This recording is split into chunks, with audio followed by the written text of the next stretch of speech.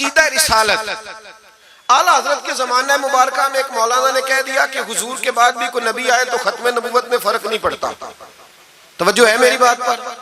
ادھر دیکھو میری طرف.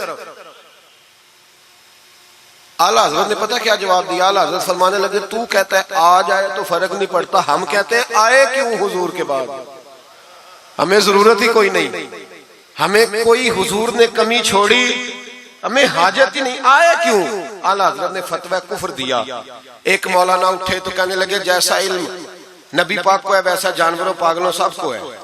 پھر وہ کہنے لگے میری بات کا یہ مطلب تھا وہ مطلب تھا، سچے دل سے بڑے ٹھنڈے دماغ سے. دیکھیں میں کوئی اونچا نہیں بول رہا، کوئی جوش میں نہیں ہوں. دیکھو ایک بندہ کہتا ہے جیسا علم نبی پاک کو مثال دیتا ہے کہ ایسا عطائی علم تو جانوروں پاگلوں سب کو حاصل ہے. وہ کہتا ہے میرا یہ مطلب ہے میرا وہ. ہمارا سوال یہ ہے کہ تجھے یہ بات کہنے کی ضرورت کیا ہے؟ بولے ہے کوئی ضرورت؟ نہیں تسی بول دے نہیں یار، ہاں تو کر دے. ہے کوئی ضرورت؟ بھئی مطلب جو بات میں بیان کرنا ہے کہ یہ مطلب تھا تو وہ مطلب تھا تو یہ بات کہنی چاہیے. کیوں کہی؟ اعلیٰ حضرت رحمت اللہ علیہ فرمانے لگے تو پاگل ہو گیا، قرآن نہیں پڑھتا. وَعَلَّمَكَ مَا لَمْ تَكُنْ تَعْلَمْ. اللہ فرماتے ہیں محبوب جو آپ نہیں جانتے تھے میں نے سارا ہی آپ کو سکھا دیا ہے. فرمایا جس کا استاد رب ہو اسے کوئی کمی رہتی ہے؟ فرمانے لگے تو یہ مثالیں دیتا ہے. ہمارا عقیدہ یہ ہے کہ اللہ نے غیب کے خزانوں کی کنجیاں ہی اپنے نبی کو عطا فرما دی. ایک مولانا اور اٹھے کہنے لگے نماز میں نبی پاک کا خیال آئے تو نماز ٹوٹ جاتی ہے. لوگ کہتے ہیں لڑو نہ. ہم نہیں لڑ رہے بھائی، ہم تو امت کو اکٹھا کرنا چاہتے ہیں. لیکن ادھر دیکھو نا، آپ کے سامنے کوئی بندہ کھڑا ہو کے کہہ دے کہ نبی پاک کا خیال آئے تو نماز ٹوٹ جاتی ہے، تو آپ اس کے گلے میں پھولوں کا ہار ڈالیں گے؟ کیوں؟ مربت کرو نا. مربت کا درس دے رہے ہو، مربت کرو. چلے آپ کو ایک مثال دیتا ہوں بڑی سادی. اس نے کہا جی حضور کا خیال آئے تو نماز ٹوٹ جاتی ہے. نماز میں آپ درود شریف کے بعد دعا پڑھتے ہیں. دعا کون سی ہے؟ ربنا اغفر لی. آتی ہے نا آپ سب کو؟ پڑھیے ذرا ربنا اغفر لی. اس کا ترجمہ کیا ہے؟ یا اللہ مجھے بھی بخش دے اور میرے ماں باپ کو بھی. تو جب یہ دعا مانگی تو ابا جی کا خیال نماز میں آیا کہ نہیں آیا؟ اماں جی کا؟ سنی تھوڑا سا اگر آپ سمجھے نا، میرا سنی ایک ہی بات کرتا ہے. جب اس سے کوئی بندہ کوئی مسئلہ پوچھتا ہے نا تو سنی کہتے ہیں میں تو پڑھا ہوا ہی نہیں. او خدا کے بندے آج پڑھ کے جانا ساری محفل، اور آئندہ جمعہ بھی اپنے خطیب کے پاس پڑھنا ذرا دھیان سے، پھر اگلا بھی پڑھنا. پھر تو انشاءاللہ کہے گا نہیں میں پڑھا ہوا نہیں. بھائی نماز میں آیت پڑھتے ربنا اغفر لی تو ابا جی کا خیال آتا ہے کہ نہیں؟ تو نماز ٹوٹ گئی کہ رہ گئی؟ اماں جی کا خیال آتا ہے کہ نہیں؟ اعلیٰ حضرت فرمانے لگے اگر تیرا باپ جو بے نمازی ہو، ان پڑھ ہو، اس کا خیال آنے سے نماز نہیں ٹوٹتی تو پھر سن ہمارا عقیدہ کیا ہے. تو کہتا ہے نبی پاک کا خیال آ جائے تو نماز ٹوٹ جاتی ہے. اعلیٰ حضرت فرمانے لگے ہمارا عقیدہ یہ ہے کہ جب تک رسول پاک کا خیال آئے نا ہماری نماز ہوتی ہی نہیں، ہوتی نہیں جب تک. کچھ لوگوں نے کہہ دیا نبی پاک ہماری طرح بشر ہے. او بھائی دیکھو نا، آج خبر ملی ہے کہ ہالینڈ نے پھر سے خاکے شائع کر دیے. ادھر دیکھو میری طرف. یہ ناموس رسالت کا مسئلہ 100 سال پہلے اعلیٰ حضرت نے سمجھایا تھا اور فرمایا تھا دشمن احمد پہ شدت کیجئے، ملحدوں سے کیا مربت کیجئے، شرک ٹھہرے جس میں تعظیم حبیب، اس برے مذہب پہ لعنت کیجئے. وہ جو ناموس رسالت کی بات تب کی تھی، فرمایا نادانو آج تو تم کہہ رہے ہو کہ حضور ہماری طرح کے بشر ہیں، تو جب تم بشر بناؤ گے تو پھر لوگ کہیں گے کہ سیاستدان کا خاکہ بن رہا ہے تو ان کا کیوں نہ بنے معاذ اللہ.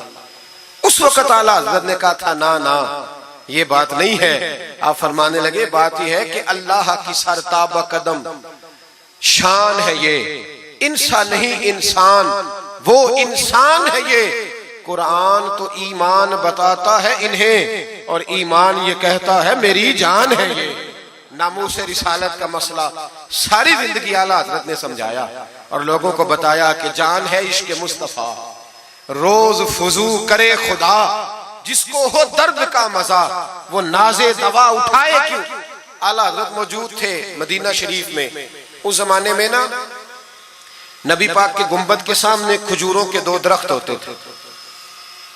کھجوروں کے 2 درخت. شعراء سارے بیٹھے تھے تو شاعر جو ہوتا ہے نا وہ تشبیہ دیتا ہے بعض اوقات. تو شاعر نے شعر کہا, کہنے لگا یوں ہے درخت حضرت والا کے سامنے. توجہ ہے میری بات پر؟ حضور کے گنبد کے سامنے کھجوروں کے 2 درخت ہیں.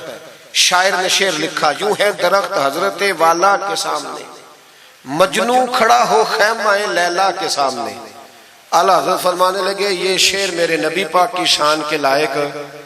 فرمانے لگے تم نے حضور کے خیمے کو, نبی پاک کے گنبد کو لیلا کا خیمہ بنا دیا, یہ کیا بات ہوئی؟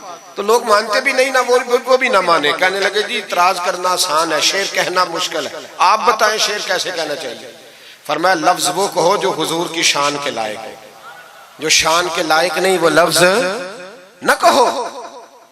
شعر کیا کہا؟ کہنے لگے یوں ہے درخت حضرت والا کے سامنے, مجنو کھڑا ہو خیمہ لیلا کے سامنے. اعلیٰ حضرت فرمانے لگے غلط ہے تشبیہ. کہا جی آپ بتا دیں. تو اعلیٰ حضرت فرمانے لگے سنو پھر, یوں ہے درخت حضرت والا کے سامنے, قدسی کھڑے ہیں عرش معلا کے سامنے.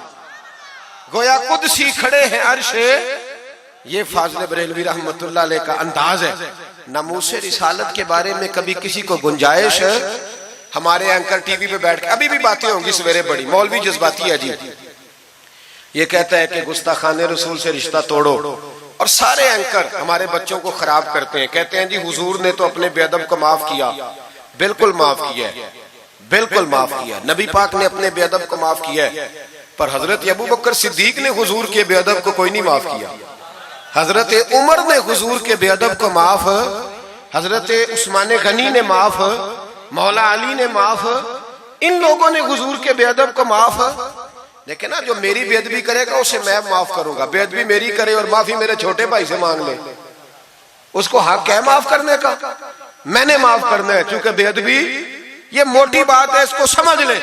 اس اجتماع میں میں حکومت پاکستان کو مشورہ دیتا ہوں, بڑا بڑا ٹھنڈا مشورہ دیتا ہوں کہ اگر بچنا چاہتے ہو نا تو ان سے تعلق توڑ لو اور انہیں سخت جواب دو, بچ جاؤ گے.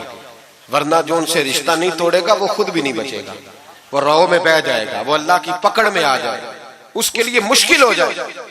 خدا را سخت جواب دو, تمہیں اللہ نے منصب دیا, موقع دیا, سخت جواب دو, سٹینڈ لو. لوگ کہتے ہیں علماء کی تقریروں سے کیا ہوتا ہے؟ ہماری تقریروں سے غازی علم دین شہید پیدا ہوتے ہیں, ہماری تقریروں سے عامر چیمہ شہید پیدا ہوتے ہیں, ہماری تقریروں سے غازی ممتاز حسین قادری پیدا ہوتے ہیں, یہ یہاں سے پیدا ہوتے ہیں. اس لیے مہربانی کریں, خدا کا خوف کریں اور سخت جواب دیں, اور اپنے مسلمان ہونے کا, آپ مسلمان ہیں, مسلمان ہونے کا ثبوت دیں, سخت جواب دیں. اور اگر وہ نہیں مانتے تو گزارا کھانے پینے روٹی کے بغیر ہو جاتا ہے, پر نبی پاک کے بغیر نہیں ہوتا. اس لیے مہربانی کرو, ان کو کرارا جواب جانا چاہیے. آپ تائید کرتے ہیں میری بات کی سارے حضرات؟ ہونا چاہیے نا جی ایسا.